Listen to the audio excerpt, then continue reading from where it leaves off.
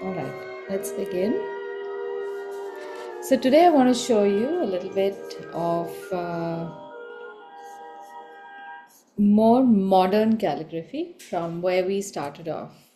A couple of weeks ago, we started off with Roman letters, understanding how letters are balanced, how a formal script was developed. From there, we went into Gothic script, which is again moving a few hundred years into the future from the Roman. And then today we are going to go a few hundred years further and understand a little bit about the more contemporary hands that I guess now we're in danger of losing because we're moving away from cursive into print again. So let me give you a little bit of a history of cursive. We are taught cursive in school as letters which are joined to each other. So, our first introduction to letters, at least till about 20 years ago, used to be cursive. We would read in print, but we would often be taught to write in cursive. And as is typical about everything in this kind of education, nothing was explained to us about why it is the way it is. So, printing is much easier with separate letters. This is how the printing technology developed from Gutenberg's time. Now, Gutenberg in the mid 1400s came up with this idea of what is called the movable type. A movable type means that you can remove those little letters, put them in another form, in another combination, and have different letters every time. So, which meant that if you create just a form, you could remove and place new text and keep using the same press over and over again. Before that, when the Chinese were printing, they would carve out your entire block into a wood so that everything remained the same. You could not remove and replace those letters again. That is where the movable type term comes from. So for 500 years, everyone has been printing using movable type. So they would take these letters, form whatever text you needed on a page and print it. That's why we read in print. But when writing, by the time we learned to write in this entire, let's not this century now, the past century, writing had evolved to become a very sophisticated skill, and almost anyone who learned to read and write had better opportunity for themselves in life. This was not the case till up to 200 years ago. There were very few people who were writing and reading, and there was very little application for reading and writing. What are you going to do with it? There were very few books till Gutenberg made books. So, what did people do most of the time? Most people were engaged in some kind of craft or business that involved their hand and it was very physical in nature, or you were farmers. There were very few people who needed to read or write, and these people were mainly um, sometimes royalty, but mostly administrative staff in royalty. Then you had business people who had to send and receive letters. Then you had clergymen who were taught to read and write so that they can preach and sermonize. Then you probably had medical personnel or people of that profession, or however rudimentary it was, that they needed to write down a whole lot of stuff. That's why you have quite a few books on botanicals from even 1,000 years ago. Basically, very few people could benefit from learning to read or write. And reading and writing is a very labor intensive and time intensive exercise. So, unless you're going to extract something out of it, you can't afford to put in that time. Therefore, as in most cases, when something is labor intensive or time intensive and has limited returns, this becomes an exclusive craft that is either taught and practiced by usually the elite. and usually the male in the elite. So most men of an elite class learned how to read and write. Now, this carried on till maybe about 200 years ago when the world started getting smaller and there was a lot more employment, a lot more business, a lot more trade. And you had to fill up seats. You needed more people to write all the letters, send in all the correspondence, keep the records. And that's where then you started they started inviting more and more men to learn to read and write, and eventually also women, because sooner or later men decide to go for war. I don't know why they do it, but there just seems to be some kind of compulsion. Had too much fun, oh, we're very bored, let's go to war. Who comes and then learns the tasks and fills in the gaps? It's the women, who I think half the time are relieved that they're out of their hair. Let them just go and do whatever they want to do. We will take care of business. So, at least in America, the record is that after the Civil War, a lot of women were also taught to read and write, and there were also a lot of, well, at least the first few colleges started for women. Now, coming back to what we are going to do today. Today's letters are going to be based on a cursive hand. I'm going to show you some scripts that we do in our calligraphy class, and also using those scripts and the principles of those scripts, I'm going to show you how to do what is called an open shaded lettering style.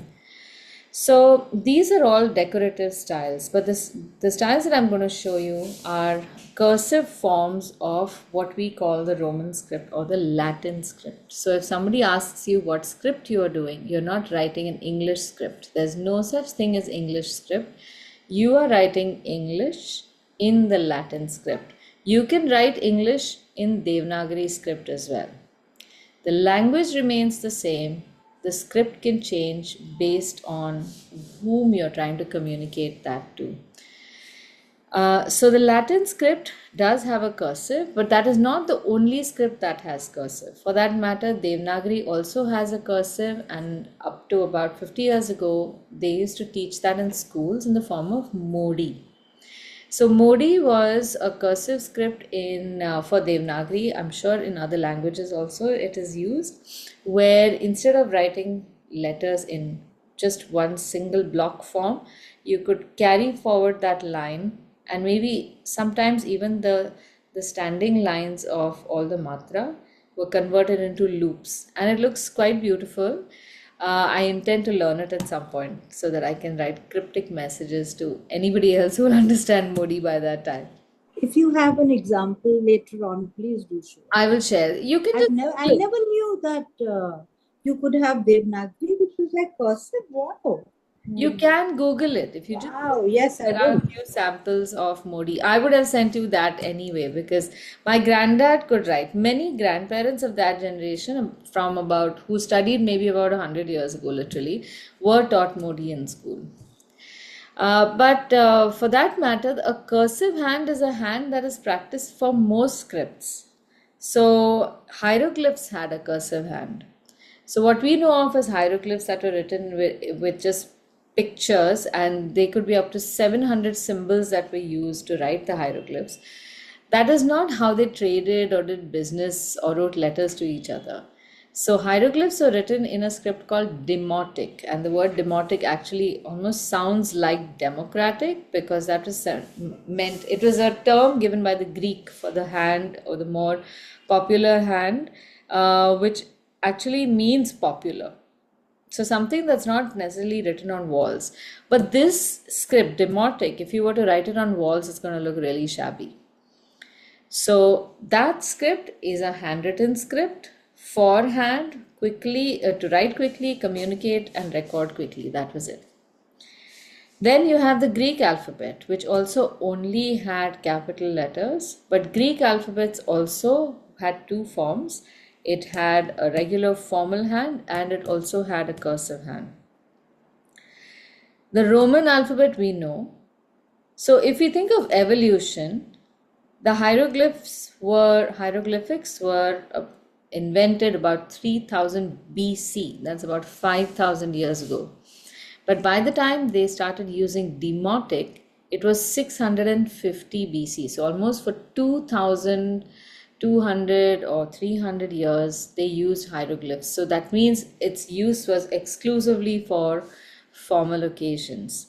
But then somebody converted that, made it simple, and they could write it in Demotic. Similarly, with Greek, it started off in 800 BC, many years after hieroglyphics, but the Greeks got their letters from the Phoenicians, and their cursive hand was popularized in 900 AD. So, again, you have a huge gap between 800 BC and 900 AD for the evolution of cursive. Likewise, with the Latin alphabet or the Roman letters, from 700 BC, when they started writing those Roman letters, the new Roman cursive, which by the way is not a joining cursive, it's just a simpler hand to write, was invented around 300 AD.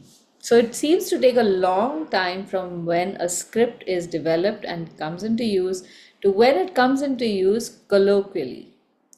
When more people are writing letters to each other, sending postcards, but they can't obviously sit there and draw each picture, but they will make symbols out of it. So the purpose of cursive is fairly simple. You write it, this is something that anyone should be able to write. So the cursive hand doesn't necessarily mean the letters are joined. Cursive is something that can be written fast. It is for everyday writing. So tomorrow you might come in contact with a lettering style called Italian cursive or italic. So italic is a cursive hand, but those letters don't join. But for us, we do have that option. So cursive can have both. Doesn't make one right and one wrong. The distinctive characteristics of letters are the letter forms are fairly simplified. You don't have too many complicated shapes in that. They're simplified and they're very versatile. So if you write a letter in one form, somebody else writes it in another form, you rely on understanding more or less if this is the form, this is the letter. And if you understand the language based on context, you will understand what the word means. So there is enough room for imperfection, let's say. I won't call it error because error would be just writing the wrong spelling. So imperfections are easily absorbed. This is not lettering that is done on on a formal basis. So there's a clear distinction. That is why when you see pictures of the what is that thing called, deed of declaration or something, letter of declaration, something, it's that big American thing. That's a beautifully handwritten document which was written on vellum, and even till maybe to 2019 or something, new laws that were brought in the UK they were also written on parchment, which by the way is animal skin also. So finally, the British Parliament said, we are now in the digital age. Must we write this on parchment? Can't we just get rid of it? So the reason I'm giving you this whole background is because when you do these scripts, I would like you to at least be aware that there is a lot of context to letters. When beginners start writing letters without context, you tend to put the wrong script in the wrong place. Like the other day, I was trying to explain in the calligraphy class that if you're writing Gothic script and if you are making a wedding card for a wedding that is supposed to be in Bali, for example, that is totally the worst thing you can do for the overall design sensibility. For us, because it is not our nature, it doesn't come innately to us because this is not our culture, not our history. The Roman letters are alien to us. We like something, we find it pretty, we just apply it. We don't care about context, and that way we are very easygoing people, so it really doesn't matter. If it looks impressive, the other person is not going to know anyway. But it helps to know and then make that choice. So go ahead and make Gothic script on a letter form because you want it to look formal. But don't do it just because you like the letters. And then if someone were to come and say, hey, for the letter, for the wedding in Bali, why did you use this? You can say, because I preferred this to the local fonts. You have to have some background for that. All right, anyway. So coming back to the cursive hands. So we have borrowed, or I don't even know whether borrowed. We were not even consciously in control of this decision. But many of us were taught a cursive hand because most schools that were teaching English borrowed whatever technique they used for education from whatever boards the English had. So we inherited, let's say, their systems of writing. And there are about five, six different types of lettering styles in cursive that were taught in schools, one of which was the Marion Richardson. So I didn't even know this. I found it much later. But for it doesn't matter which one it is, more or less they're all the same. You have a certain letter form which is designed in a manner that you can connect that to the next letter and the next letter and the next letter. And hypothetically, if you're given a pen with infinite ink, you can write continuously forever and ever and ever without stopping. That is the whole idea. These letters are faster to write. It has been proven, and that is the reason why they started writing these letters also, because they you don't have to pick your pen up all the time to write these letters. However, there's also one very interesting embedded history behind cursive letters, which is now lost to us because we no longer write with quills. So, quills, let me just get those.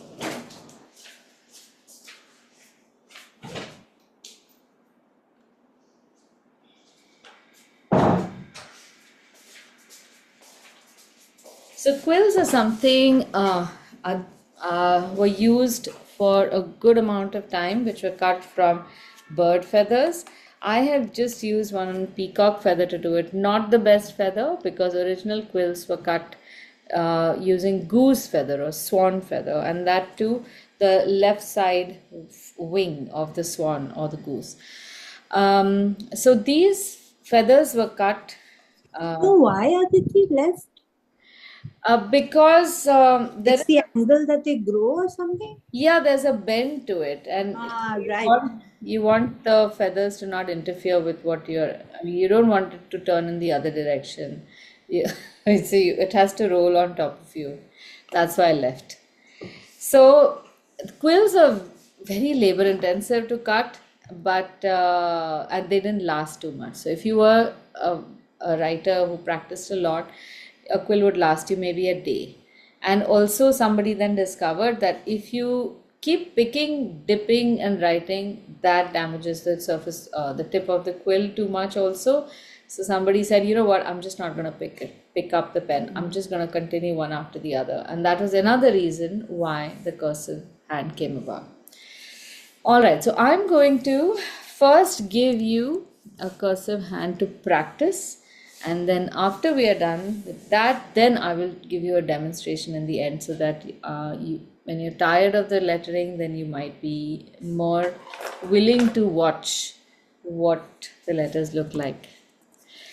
Okay, so to start with, I am going to use a scale. You can use a scale as well. But if you want to draw these lines freehand, it's perfectly fine. We are going to make base lines and we are going to make an X line. Now, for the letters that we're going to do today, there isn't any prescribed height of letters. You can make them to any height that you want. And I would recommend if we are writing with maybe pens or color pencils, the height of your letters can be about 2 centimeters. That is pretty large, 2 centimeters. So 2 centimeters would be about halfway, very close to your first flange. Let me show it to you.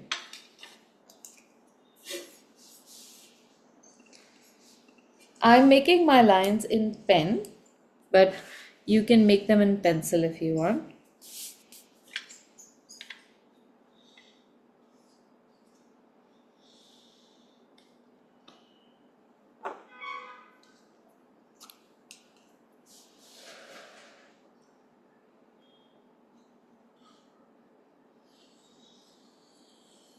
And don't make the lines all across, just make them half the page. So this is one rule that you must follow. Never write in a space wider than 8 inches. 6 to 8 inches is a good width for any letter anywhere.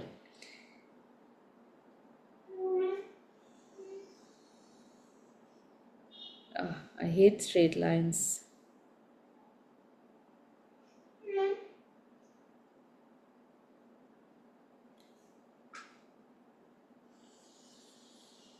I've not even measured this, but if you see, this is the scale more or less. If I take it from the tip of my finger, it comes closer to the first knuckle, but not all the way.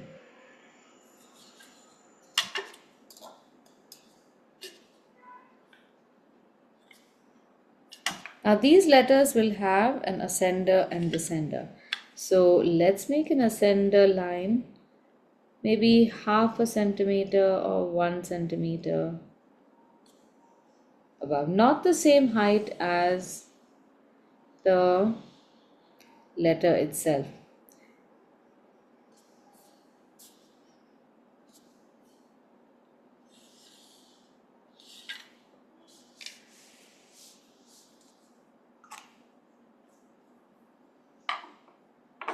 So our letter forms, our best letter forms are based on an oval shape. So I want you to just see this. If we have an oval shape like this,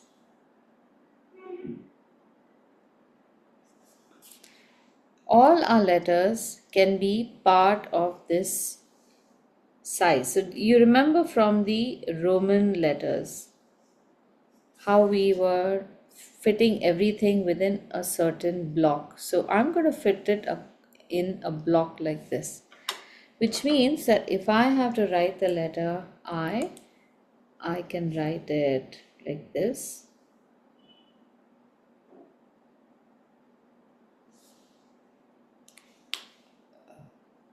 If I have to write the letter A, I can write it like this.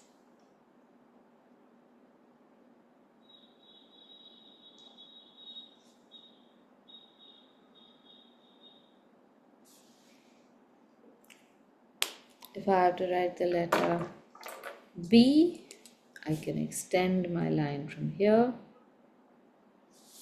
Maybe even bring it down and write a B here. And this can extend down and become G. And everything else will fit in this itself. You can already see the H, maybe even a K, so on and so forth.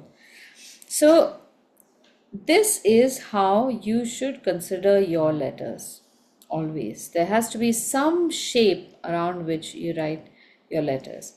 Now, if I were to write the word using this, suppose I write the word bat,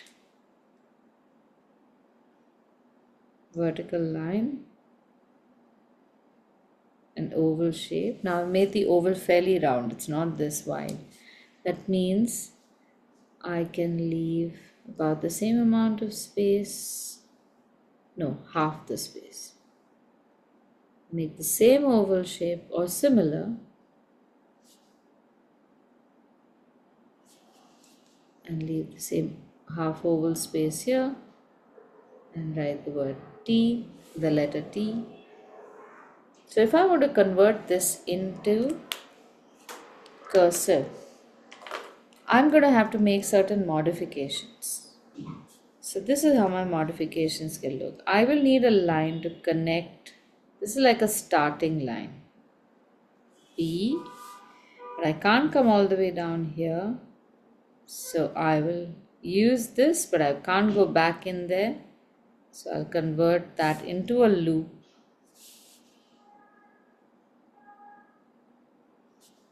And I can't break this up, or I'm going to have to change this to T and give this an exit stroke. So that is the basic principle. You are allowed to make modifications. Now, if you do not want to stop at this A, you can add a loop like this maybe. And that allows you to continuously write this without stopping. Okay, do you want to try this part? So the space you leave between the letters should be the same. The space occupied by the letters should be the same, if especially it is a letter that is using up the entire oval. So in the case of the T, this is the size that it's using. Now, of course, we know from understanding the Roman letters, some letters are going to be narrow like the I and J and L, and some letters are going to be wide like the W and M. But more or less, everything should look balanced.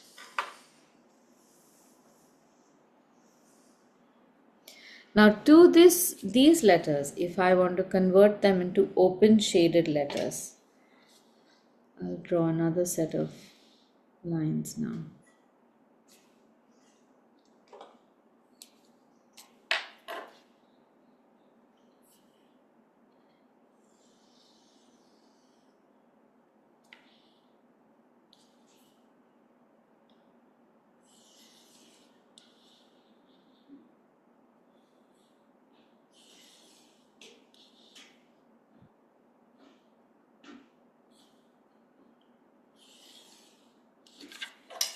So first I'm going to show you how the shaded letters look. So we have two terms over here. We have shaded letters and open shaded. Shaded letters can be made using a brush pen, in which some parts of these cursive shapes will become thicker. So I'm going to show you with this, but you don't have to write it like that. I just want to demonstrate the shaded letters, and then I'm going to show you the open shaded. So you don't need a brush pen today. So I'm going up making a thin line, coming down making a fat line by just pressing the brush. Going up making thin, thin, fat, fat.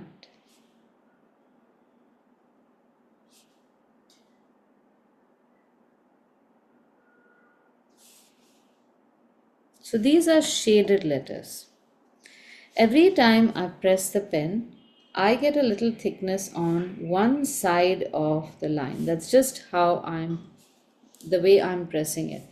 But we can recreate this as open shaded letters, in which case you will write the word exactly like how we have written here, but without any pressing. Now I'm presuming that you will not have brush pens, so just write in monoline pen. After you've written this, we will artificially add a shade, that is open shaded. So you will add a line to one side of the letters. In certain cases it will be on the right, in certain it will be on the left. So for the B, I'm adding a line on the right of that stroke. For the A, I'm adding a thick line on the inside of the circle or oval on its left side, nothing on its right side, but a thickness on the stem, this stem of A. And you'll notice that the thickness does not go beyond the part where the line starts turning round. So we basically have to just pull a line straight down to the curve. It goes straight down. It does not turn around. It does not curve with this line.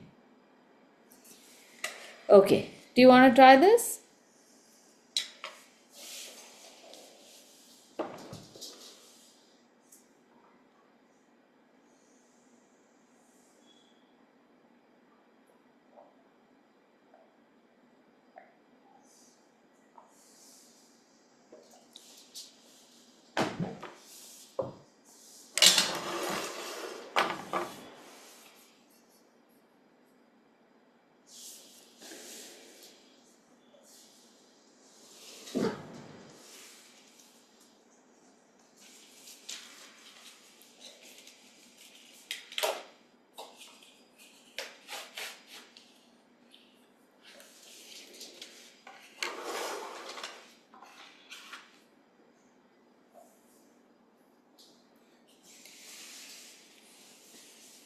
Okay, now I can give you all the alphabets for this script. We can make this upright for today.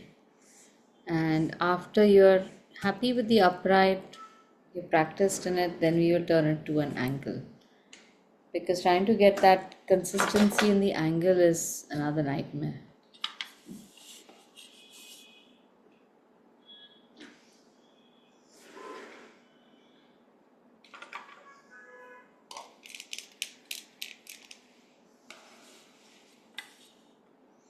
Now this time I'm going to leave a small gap which is called a gutter between these, and we will, the first line, actually let me just go alphabetically.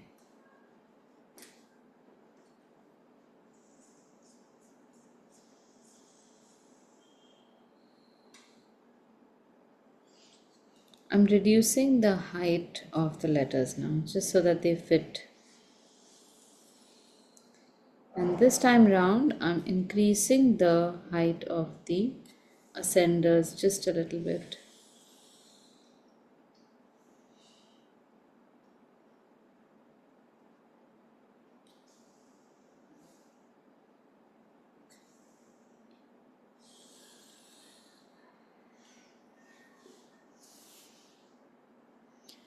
So here we have our base line, X line, ascender line, and descender line.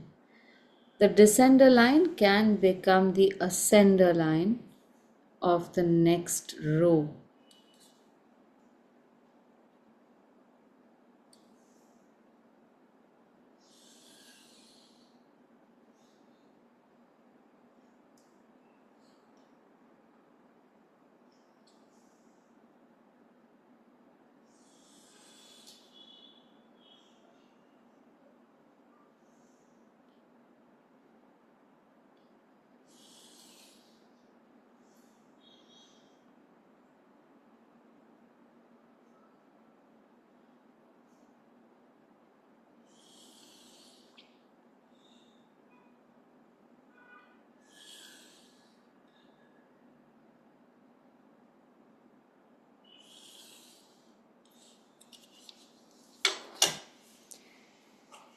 Now, just so you don't get confused, put a dot at the start of each baseline so you know where the baselines are. When you have so many lines in the beginning, it just gets very confusing.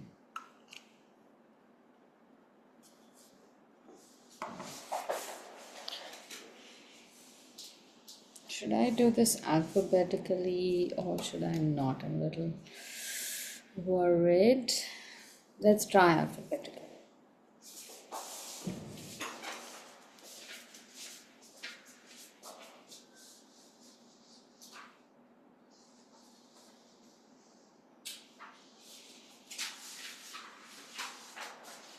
Alright, if you have two pens in contrasting colors, it will help to use that. So you know where you have added thickness.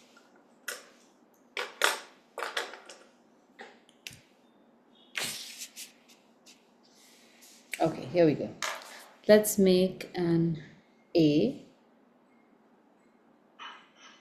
So you have to make an entry stroke which goes a little more than halfway up the X height, the space between X and the baseline. And then you have to make your oval shape. Right now your ovals might all look different, so don't worry about that too much.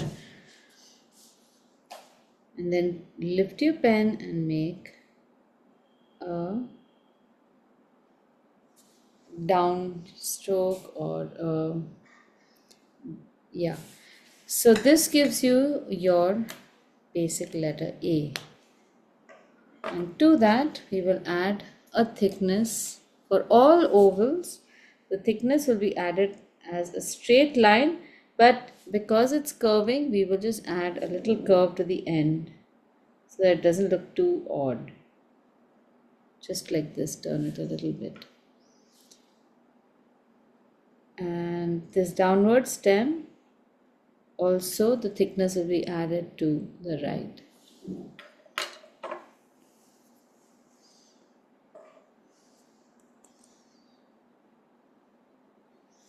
Now the letter B. We can connect it to this itself.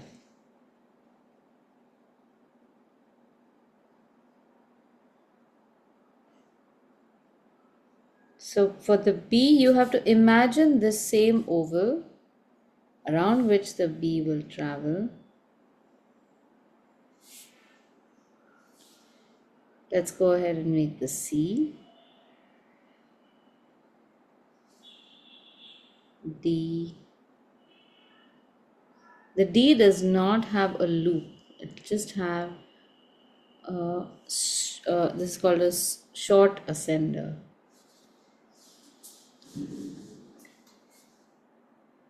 For the E, I'm going to request you to make it like this.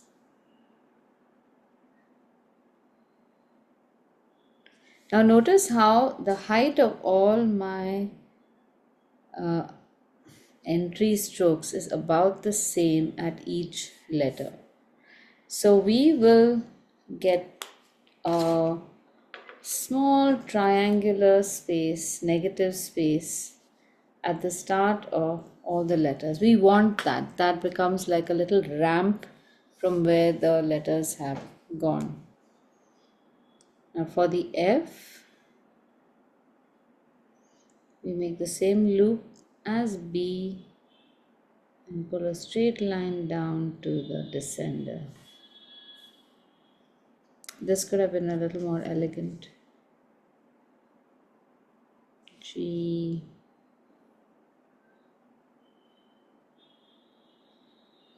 And I'm pulling down, though my descender line is over here, I'm pulling the descender for the G a little lower because otherwise it'll look really horrible.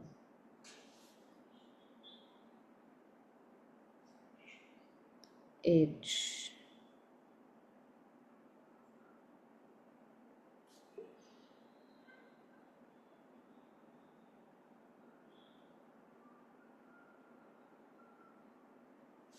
So you will notice that all the entry strokes, which turn into exit strokes, are all at a particular shallow angle. So they're somewhere in this angle.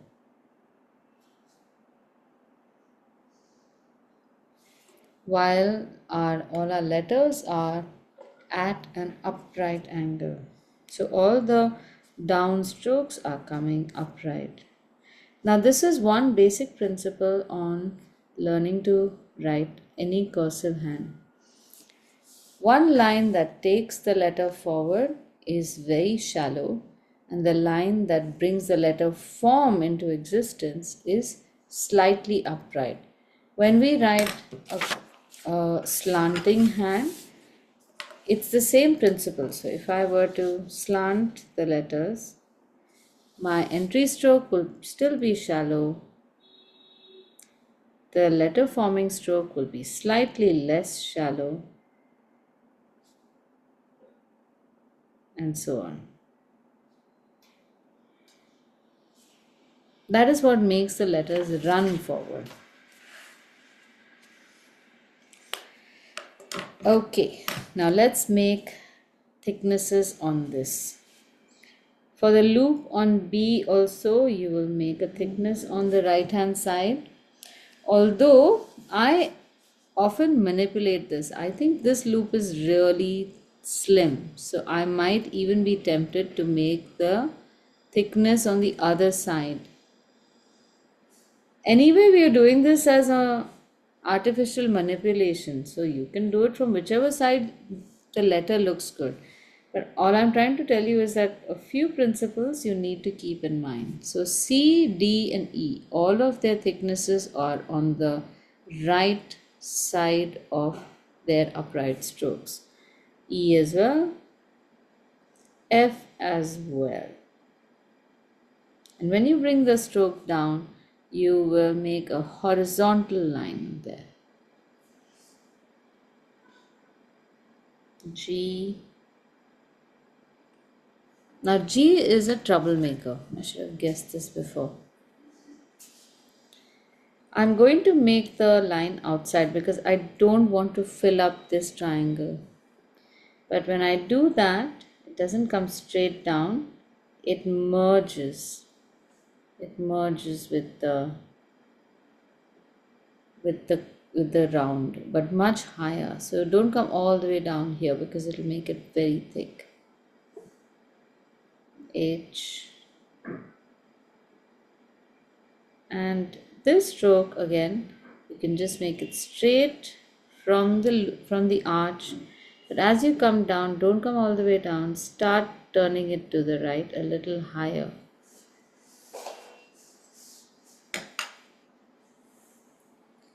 Now I feel a little sad about having missed this nice triangular space.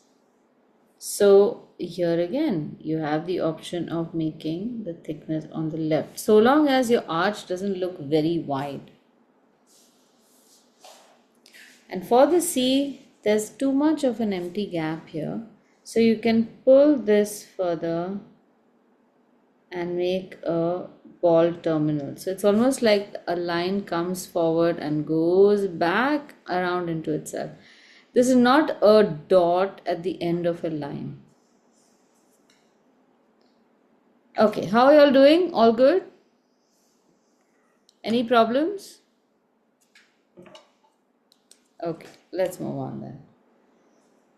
Let's make eye again. So a shallower line starting, then going straight. Then you have an eye coming down straight, shallow line going to the right. J, I'm going to draw J a little away.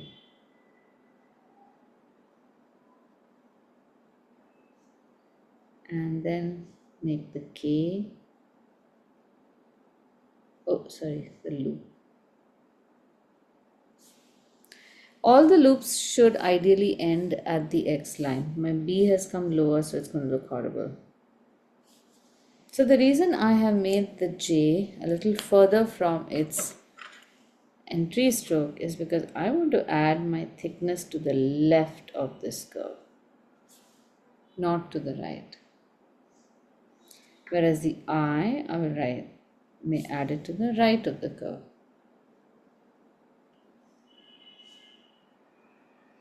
K will be to the right, and maybe I can write the arm and the leg of the K after I have made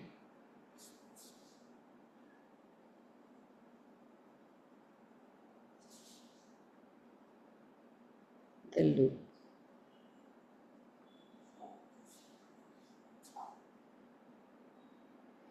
For the M, the line goes up and comes down like this.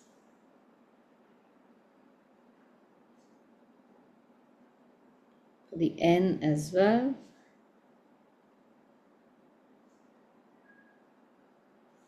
And here you can take the line a little further. I've gone and made it right like a copper plate line. Not my best. Yeah, you can turn it a little to the right.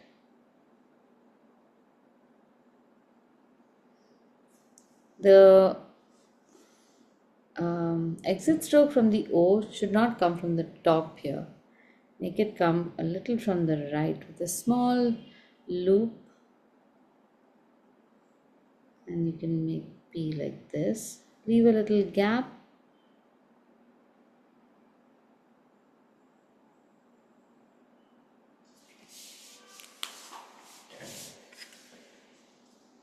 So even for the K, I'll make the thickness on the right of the leg. A little thickness on this little flower petal.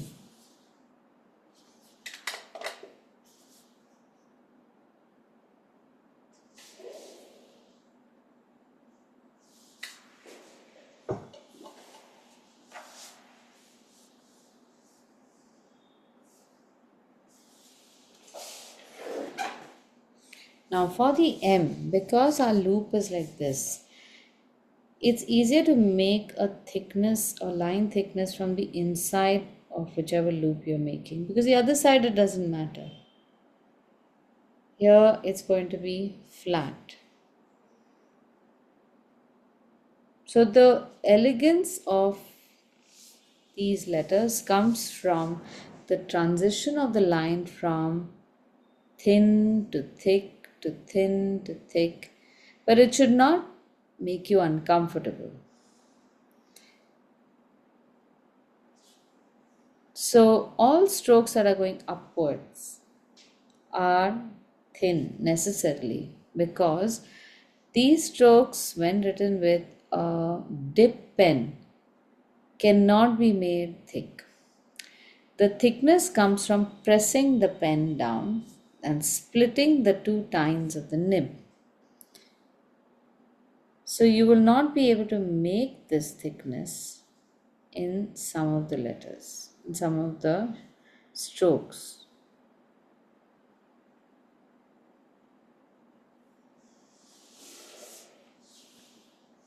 Okay, see, now this P shape looks so much better than this H. There is too much clutter happening here. Had we drawn the thickness first and then drawn the arch, it would have looked much nicer in my opinion.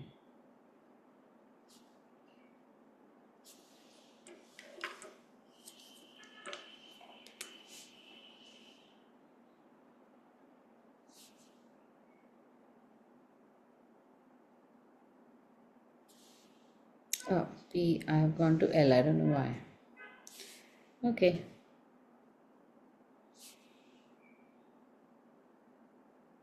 Q. Okay, here's another thing. If you do land up making any mistakes, don't bother correcting. Once you correct it, you are actually pointing right at that correction. For the R, make a small loop here. Don't make a very big round loop. Same thing for the S as well.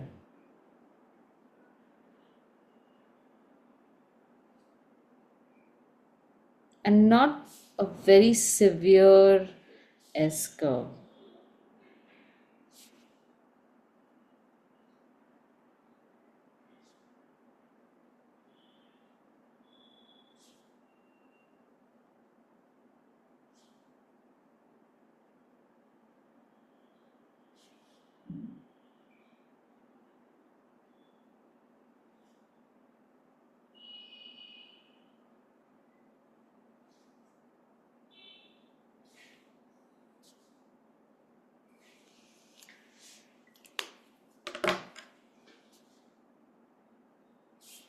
For Q, because the curve turns towards the right, you make the thickness on the right.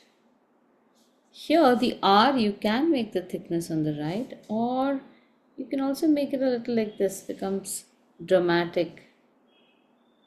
S will be inside. Sorry, T right, U right, V right, W.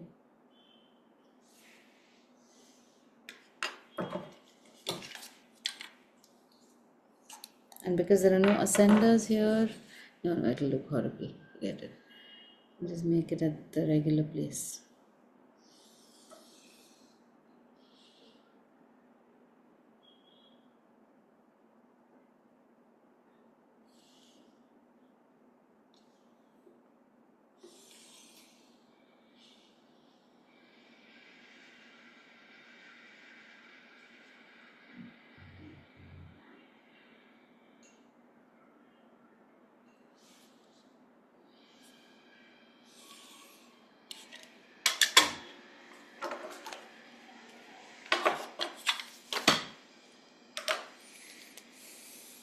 For X, you can write it like this.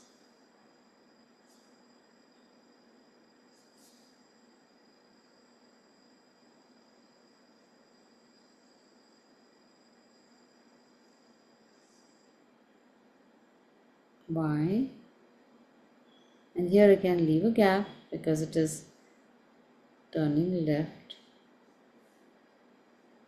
And Z is just go around the circle that you can visualize. And the same loop as the Y and the G, the Q.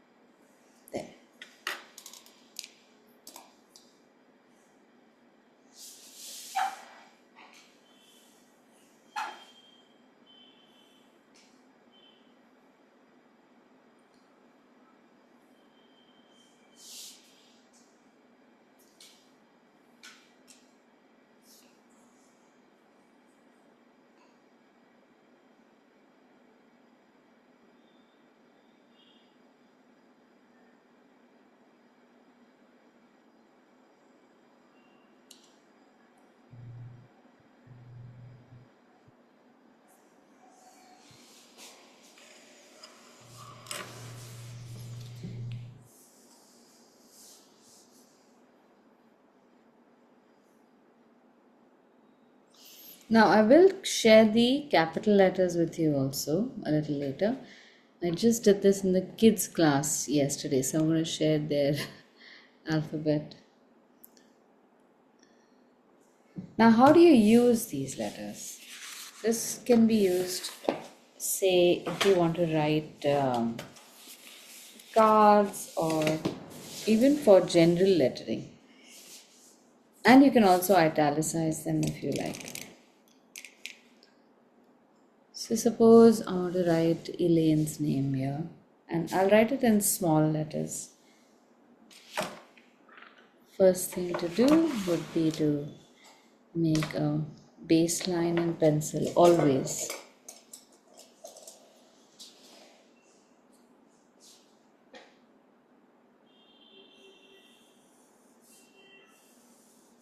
And this lettering style can look good even if you are writing without capitals.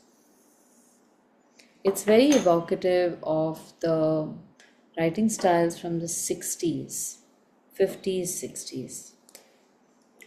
So here we go. This time I'm not writing her name in two colors.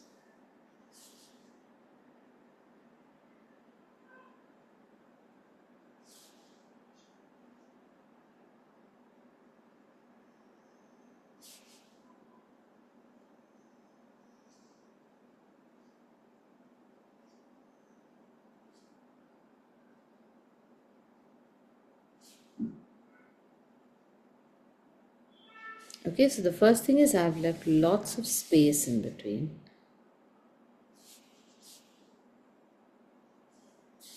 And now I'm going to add that extra thickness.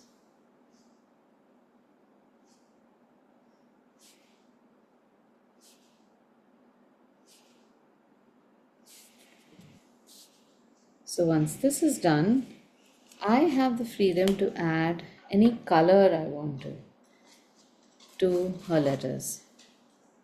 So maybe I can add pink, and I don't have to fill the whole thing up.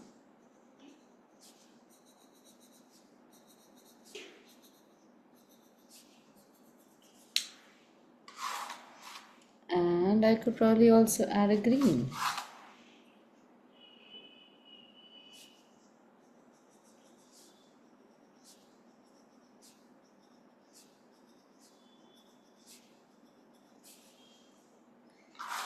Now to this, if I want, they're already looking very pretty.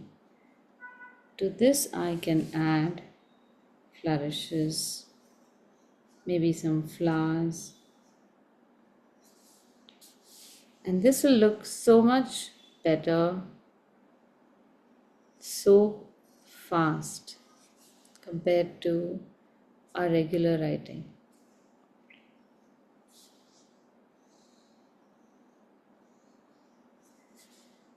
So we will do a flourishing class later. I just wanted to demonstrate the application of these letters. Now suppose I want to just write something like salt or pepper on my labels. And I have only what's called a monoline to work with.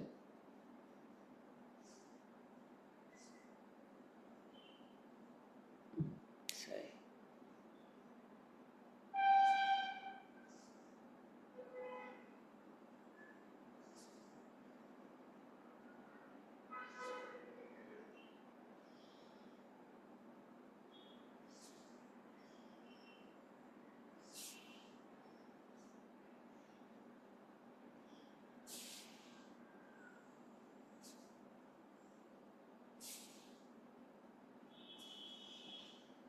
See, this looks so much better than if you're just going to write in capital letters. And you can always use your same monoline pen to shade, to add different patterns, anything you want.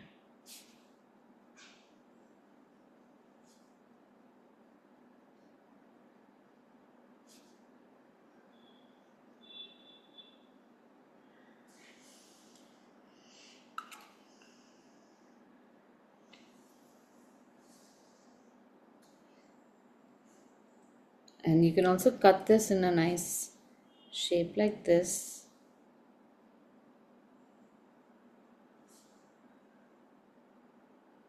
And then place this sticker onto your salt shaker.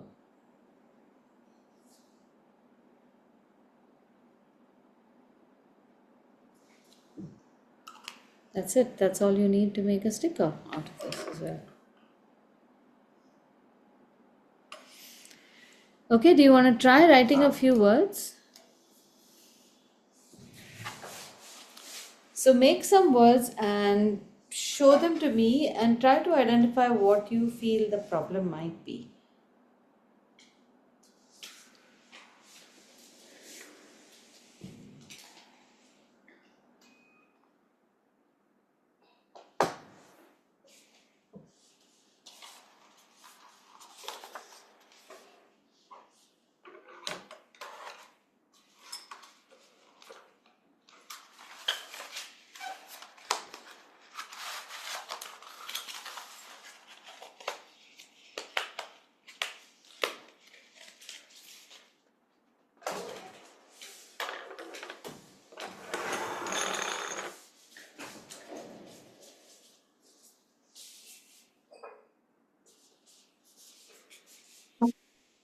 Yeah. There will not be any capital. I mean, how do we use a capital letter in this? Or no I'll need? I'll show you. I'll show you.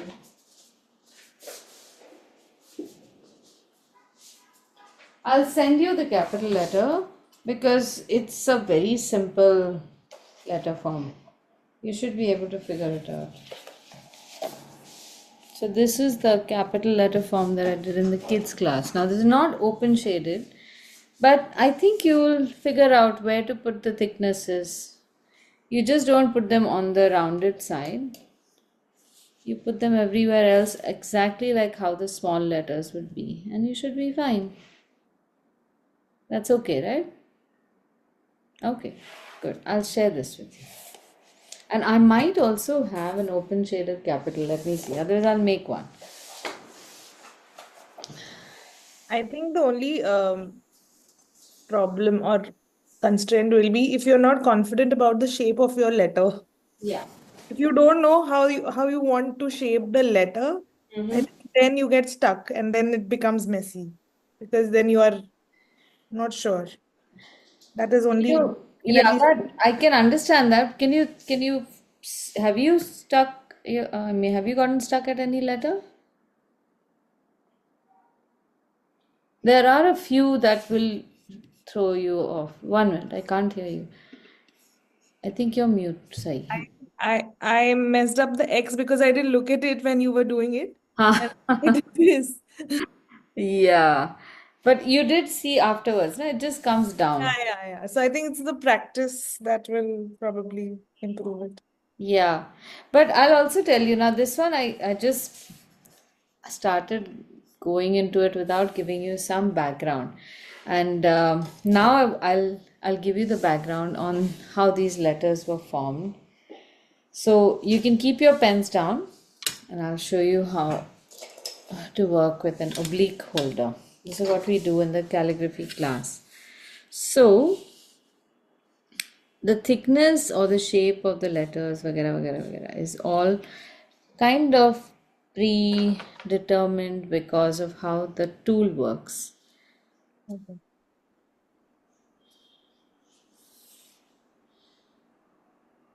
So there are a few shapes, a few common shapes that you begin with. This is all these shapes are like Lego blocks. They are modular. You take one shape and then you can use it in different places. And there are about 7 or 8 of these shapes that are used up. Just one second.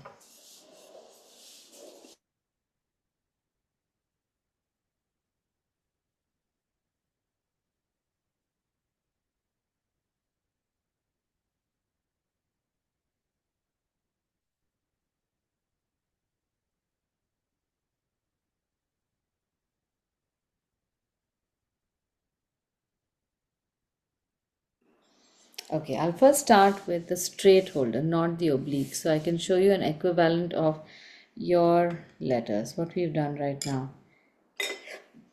So the shapes that we use repeatedly are these.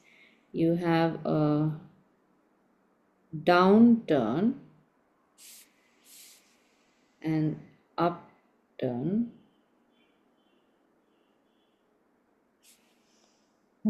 Yeah, this is the problem. then you have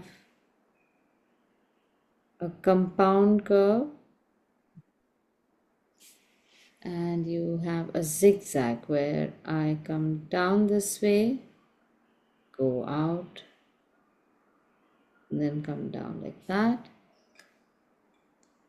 Then you have the oval, which by the way is about this size, the size that fits within these. Then you have a loop which will have an entry stroke. All these thin lines are called hairlines, and this is a shape.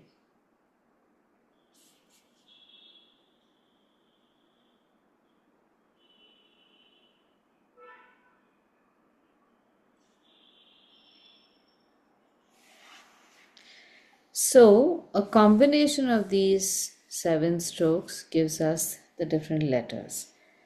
I will have something like this for the A, downstrokes. Then the loop for the B. Only a part of the oval will be used. Here again for the C, part of the oval is used and then we exit. Full oval, and then slightly long downstroke, and so on and so forth. You can just go on, and you'll notice that you're using part of one of these strokes and modifying them. And because we have arrived at these letters from tools that were like this, tools that made dynamic lines, that is why our letters are now made, even artificially they're made in this manner. But suppose we were to change this and we made some strokes not like this, we don't follow this rule, and let's say we make something else. As long as you can keep some rules consistent, anything should work. So let's take Sai's name and make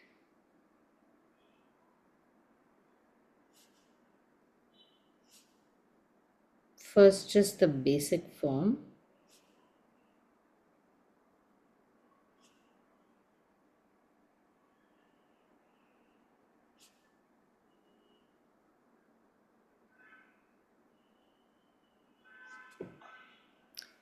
And what I'd said was we don't want any thickness at the bottom. Suppose we add thickness at the bottom also. Okay.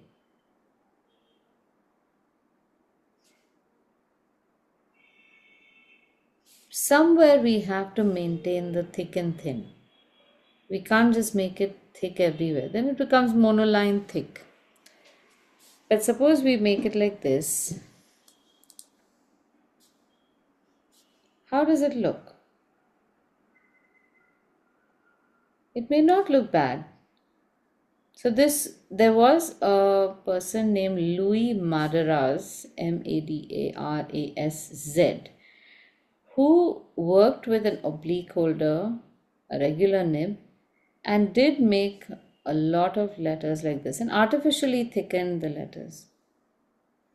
And he was the one who landed up designing the Coca-Cola label. So if you've noticed, Coca-Cola has got a very thick bottom. It's in this same vein. Oh, So there are lots of variations you can individualize this with, but keep something, make some rule. to really be able to enjoy it in a classic form. Alright, now let me show you how the oblique holders work and also the oblique letters worked. So these letters were going back in history. In order to write cursive really fast, it helped to lean your letters a little to the right.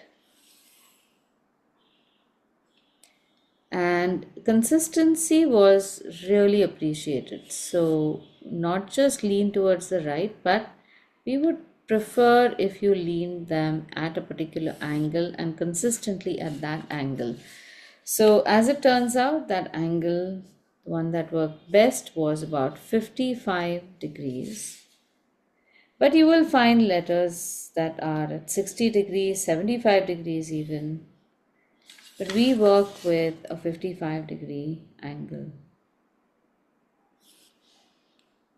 So you have scripts that were taught in school where they did not insist on a 55-degree angle as long as you leaned your letters a little to the right. Any lean was fine. So if you want to tilt these letters to the right, this is going to be a different practice now. Basically, the strokes are the same, but now I have changed my pen. Yeah, Sai and Shreya and Shweta also.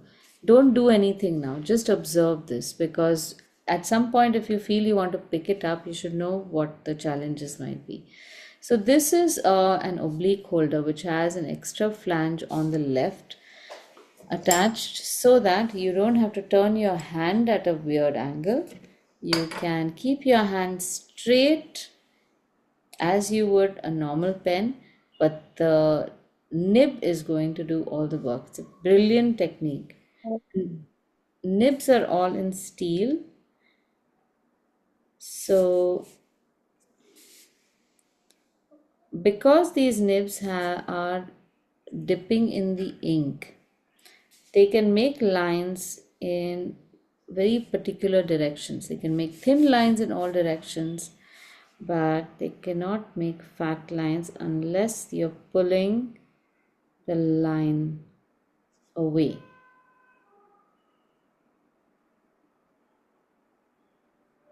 So now you'll notice that my exit stroke and entry stroke will get even more shallow. But when I come down, you'll notice that the thickness on the line is almost just a straight edge till here, and the curve is only from the left. That is why we do this curve only from the left and the thickness is straight. I'll make some more.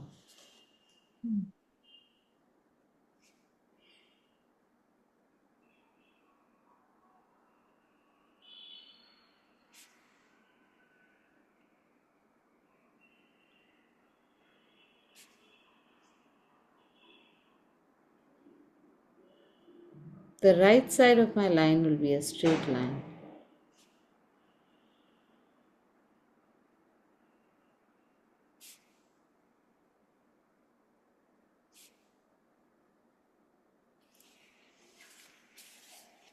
See? It is almost a sharp end over here. That's the practice that we do. So this is called an engrosser script. But writing your cursive like that can be a little time consuming. So they developed certain scripts which you could write in a more casual manner. So I'll just demonstrate a few of those. My lines have become tera there. So these scripts were written on blank paper. I'm going to put a baseline over here so you can see them better. And they can be written with a straight pen, fountain pen, pencil, anything. You don't need an oblique pen for that. So the first script that evolved from the Engrosser script, which evolved from what is called a round hand, was called the Spencerian script. So that script involved a lot of flourished capitals. So it will have something like this.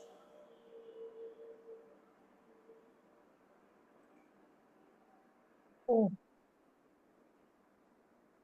And very simple letter forms, and very small as well, except for some capitals. Not some capitals, some strokes.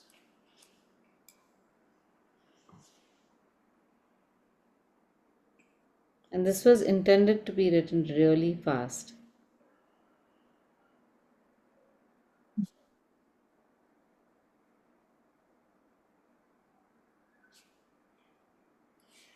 So we would write them like this.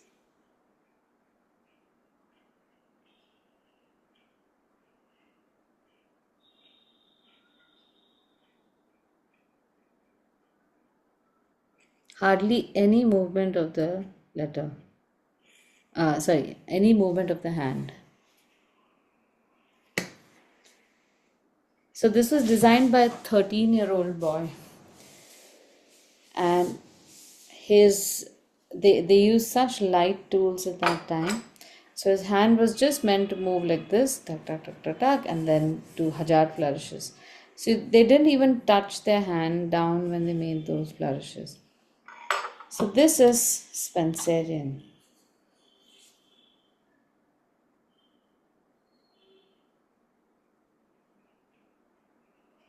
But this again, with all the flourishes, became too difficult for anyone to practice. So then the easier scripts were devised, which were called the Palmer script. So Palmer script is based on the Spencerian script, which is based on the Engrosser script, and that script can be written quite easily.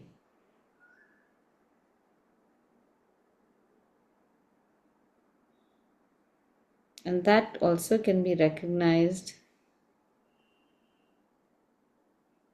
because it's the closest that we have to an old-timey cursive writing that one can still read.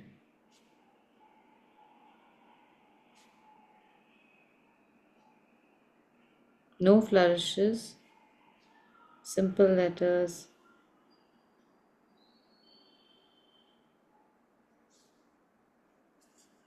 So they simplified everything further and further. This is the Palmer method.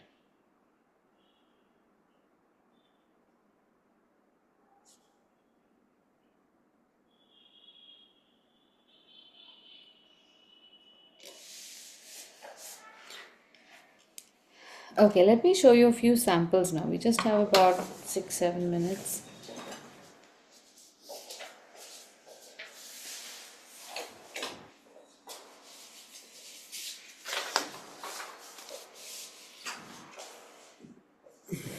So historically, here are the few samples that you should know of. So this is the Caroline minuscule, which was the Carolingian script. This is how the minuscule developed. These were just small capitals at this time, and in a lot of cases there were a few what are they called, ligatures that joined certain letters. This was the birth of the cursive in the Roman script. And then you have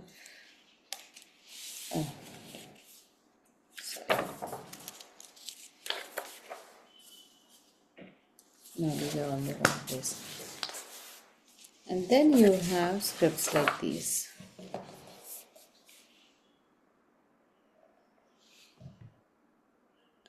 So obviously certificates and things were written like this.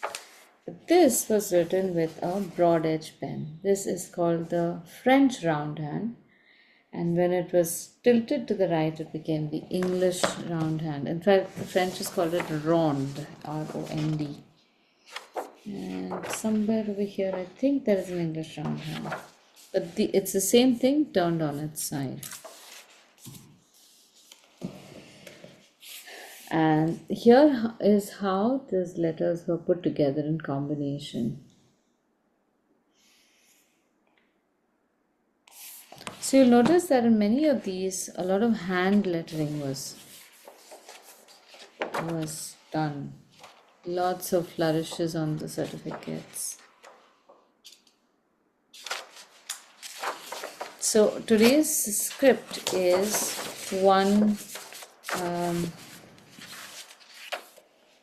is a small entry into decorative lettering, and theoretically any shape, any letter form that requires a thick and thin shape, you can convert into open shaded lettering.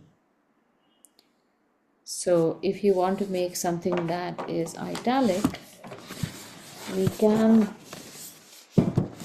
make something like this as well.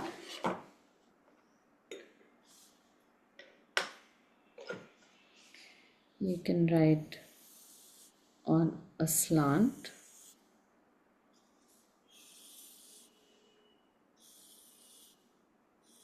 or you can write on a curve.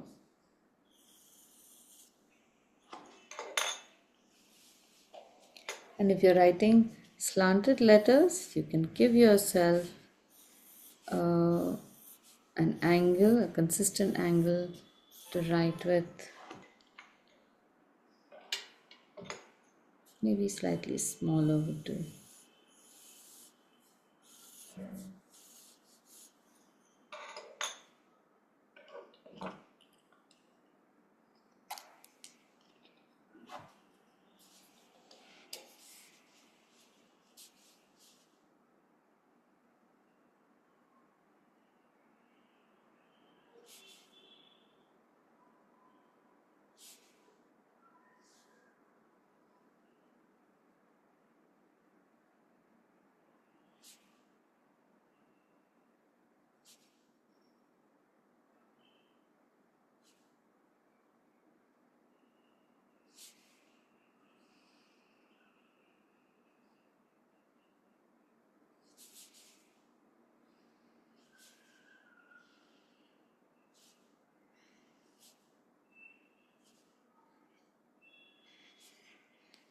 So these letters are all made by drawing, right?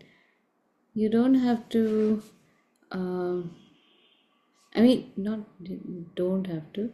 You're free to make all sorts of pretty shapes, and all you need is a certain consistency in this blank space you leave behind. This one is coming too close.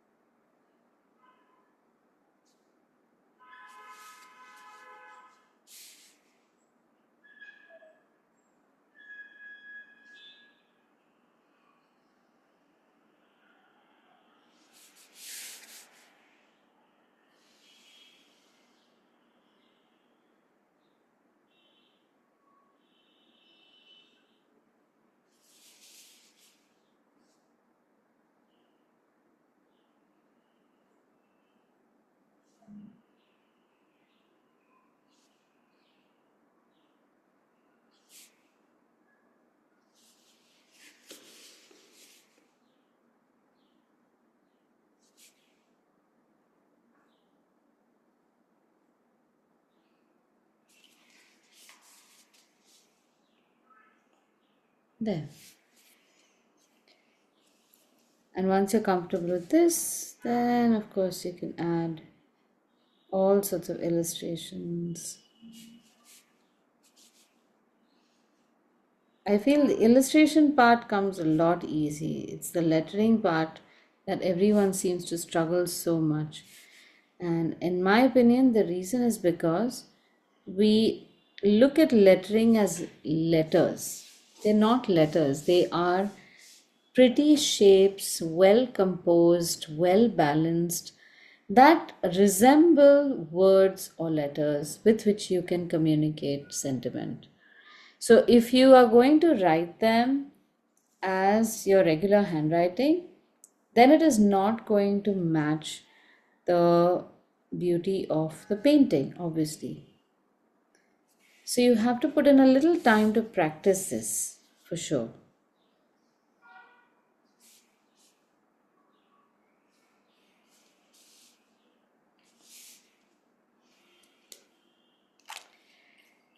Okay, so that's it. Any comments, any feedback?